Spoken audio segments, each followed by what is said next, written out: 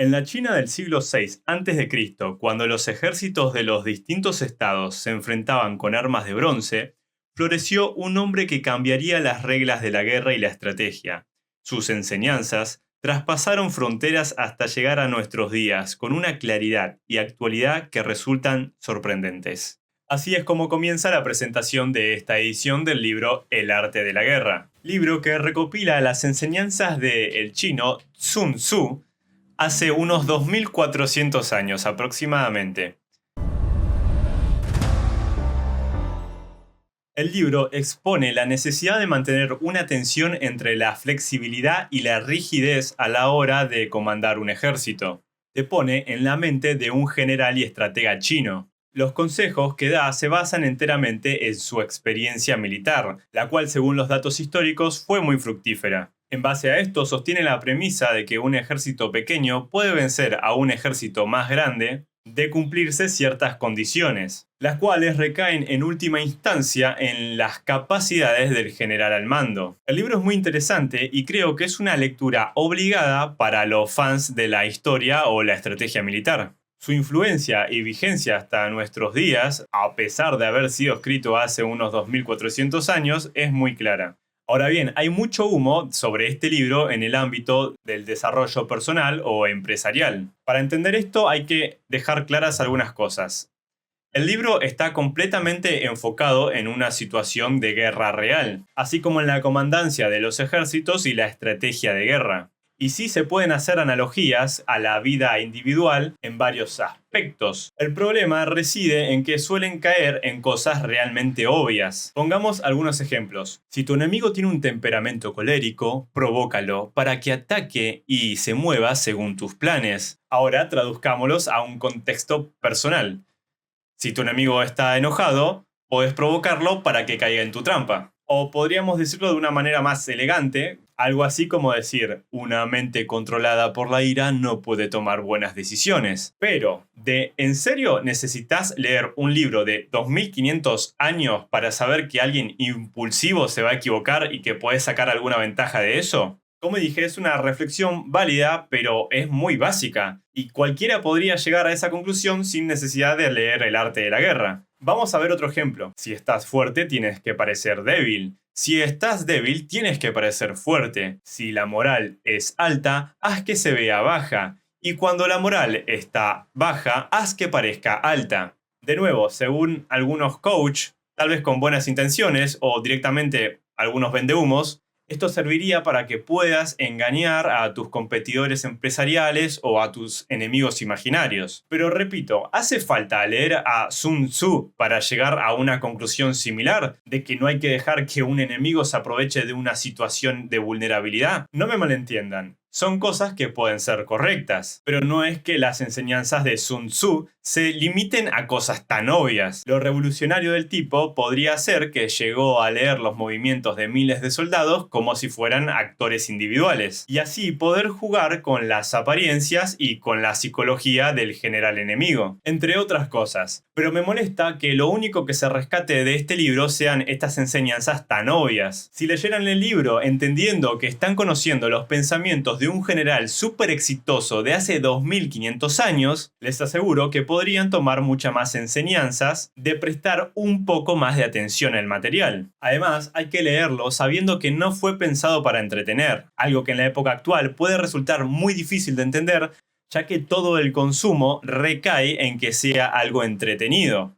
Y no es que eso esté mal, el punto es que a veces las cosas con más profundidad no pueden ser vistas como algo que tenga que entretenerte. De ser así, muchas enseñanzas potenciales se perderían en el camino. Pero bueno, hablemos de algunas de las enseñanzas interesantes que nos deja este libro, sin caer en las obvias que podés encontrarte en TikTok o en algún video de 5 minutos. Sun Tzu remarcaba la importancia que tiene cuidar a tus subordinados. Así decía que hay que amar a tus soldados como si fueran tus hijos, pero haciendo de una especie de padre estricto, si se quiere. Los soldados deben respetar a su general, y su general debe cargar con la responsabilidad de tomar las decisiones más sabias, al menos dentro de lo posible. Y aunque, por ejemplo, los reglamentos o las leyes dicten ciertos protocolos, El general del ejército es quien debe decidir si se pueden seguir o no en ciertas circunstancias, ya que esperar una respuesta suele equivaler a una derrota.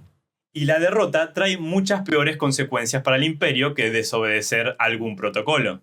Sun Tzu remarca muchísimo en este libro la importancia de que un líder militar esté a la altura de las circunstancias y que de no poder seguir sus enseñanzas, tiene que dejar su puesto inmediatamente. Nos dice que se debe tratar a un ejército como si fuera una persona muy joven, que puede caer en malas acciones o hábitos si no se lo vigila e instruye constantemente sobre disciplina. Hay que guiarlos, observarlos constantemente y velar porque no se extiendan rumores o conflictos que puedan romper la cohesión del grupo. De ser necesario, no se debe dudar en castigar severamente, ya que esto podría evitar las pérdidas de muchas más vidas, desde otros compañeros soldados hasta desde las familias de las que provienen o de los estados a los que pertenecen. Hago una pequeña pausa para recordarte que si te está gustando el video, no dudes en dejar un me gusta y suscribirte. Sigamos.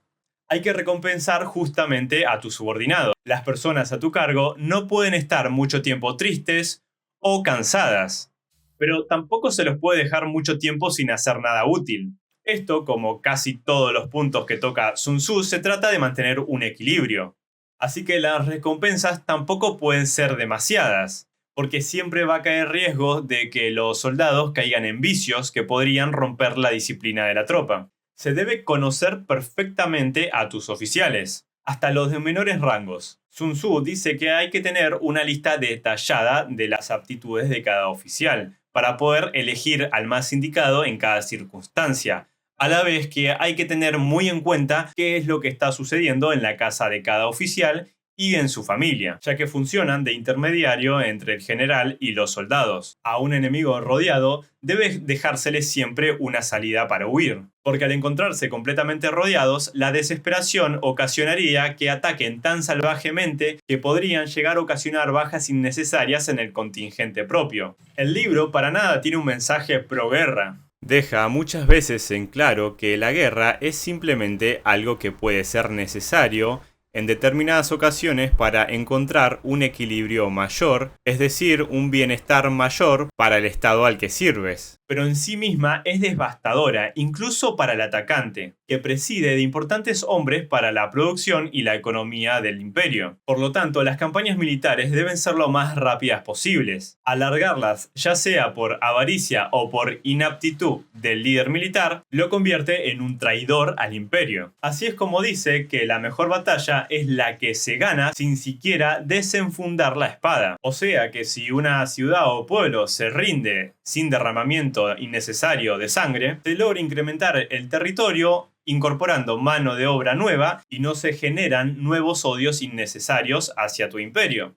Entonces, para lograr esto, es necesario no sembrar el terror, así como no arrasar con los bienes que incluso podrías llegar a necesitar en la campaña militar. Sun Tzu hace una síntesis bastante práctica sobre los distintos tipos de terrenos, sobre la importancia de tomar las decisiones en el tiempo correcto, así como el uso de la información tanto propia como del enemigo, provocaciones y traiciones, espionaje y contraespionaje. Además, en algunos apartados del libro se enfoca puramente en cuestiones dedicadas al enfrentamiento de ejércitos de la época, difíciles de tener en cuenta si no viviste hace 2500 años, pero que igualmente pueden resultar curiosas de conocer. Como por ejemplo, si el ejército enemigo está cruzando el río, ¿en qué momento de esta acción es conveniente atacarlo? ¿Se te ocurre algo? Bueno, es cuando una mitad ya haya cruzado el río, es decir, que podrás atacar a solo la mitad de las tropas y jugar con una superioridad numérica a tu favor. O el uso del fuego.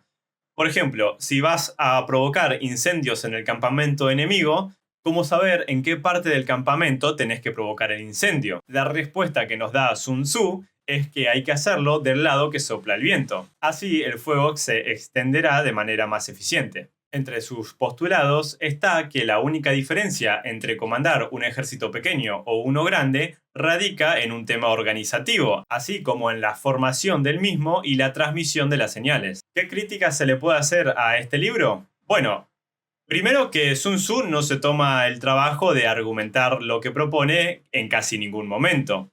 Pero bueno, por otro lado, también se puede pensar que Sun Tzu no tenía ningún interés por hacer demasiado largas las explicaciones, ya que estaban dirigidas a un fin puramente práctico, no teórico, del arte de la guerra. Y no le vendrían mal a sus estudiantes el ellos pensar por su cuenta el porqué de cada decisión. La mayoría son bastante lógicas además. Y siguiendo el espíritu del libro, si no sos capaz de hacerlo, tampoco serás capaz de comandar un ejército. Por otro lado, como es un compilado de enseñanzas, muchas veces se repite. Por ejemplo, en la gestión de los víveres, o sea, comida, agua y dinero, recursos que en las campañas militares se despilfarran de manera muy rápida y que por consiguiente pueden llevar al fracaso tanto de la campaña militar como del imperio. Después de haber leído estas advertencias varias veces a lo largo del libro, me empecé a imaginar a Sun Tzu como un maestro preocupado porque sus estudiantes no cometan el error más tonto de todos. Así que probablemente por eso utilizó la técnica pedagógica que cualquier maestro preocupado porque sus estudiantes no olviden algo utilizaría. Repetirlo hasta el cansancio todas las veces que sea necesario. En fin. Hay muchas otras cosas que se pueden sacar de este libro, simplemente quería hacer un análisis rescatando bien el espíritu del mismo, algo que al parecer escasea bastante en la divulgación actual. De todas maneras, gracias por llegar al final del video, no te olvides dejar un me gusta y suscribirte de no estarlo. Yo soy Alan y esto ha sido Psycho Project.